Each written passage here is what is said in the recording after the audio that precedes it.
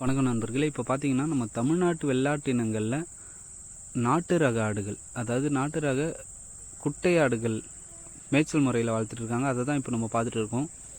ஒரு லாபகரமான பண்ணைக்கு தரமான தாயாடுகள் வேணும்னு நான் எப்போவுமே சொல்லுவேன். தரமான தாயாடுகளில் எந்த வகை ஆடுகள் தேர்ந்தெடுக்கிறோங்கிறதும் ரொம்ப முக்கியமானது. ஒரு ஏரியாவுக்கும் ஒரு ஆடுகள் செட் ஆகும். தூத்துக்குடி, திருநெல்வேலி இந்த சைட் போனீங்கன்னா அதிகப்படியான கொடியாடுகள் இருக்குது. அதுவே விருதுநகர், தென்காசி வந்துட்டிங்கன்னா கன்னியாடுகளை பார்க்கலாம். அதுவே நம்ம டெல்டா, கடலூர், விழுப்புரம், இந்த கள்ளக்குறிச்சி இந்த சைடு வந்துட்டிங்கன்னா அதிகமான நாட்டாடுகளும் கிராஸ் கொடியாடுகளும் பார்க்கலாம்.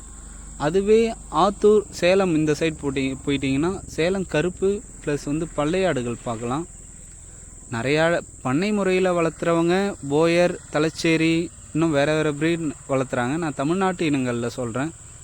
இந்த நாட்டு ரக ஆடுகளை பாருங்கள், எங்கே விட்டாலும் மேய்து தரமான மேய்ச்சல். அதாவது உங்கள் ஏரியாவுக்கு எந்த ஆடுகள் லாபகரமான பண்ணையை நடத்தணும்னா உங்கள் இடத்துக்கு எந்த ஆடுகள் செட் ஆகுன்றது தேர்ந்தெடுக்கிறது மிக மிக அவசியம். தரமான தாயாடுகளை தேர்ந்தெடுங்க, லாபகரமான பண்ணையை நடத்துங்க. நன்றி, வணக்கம்.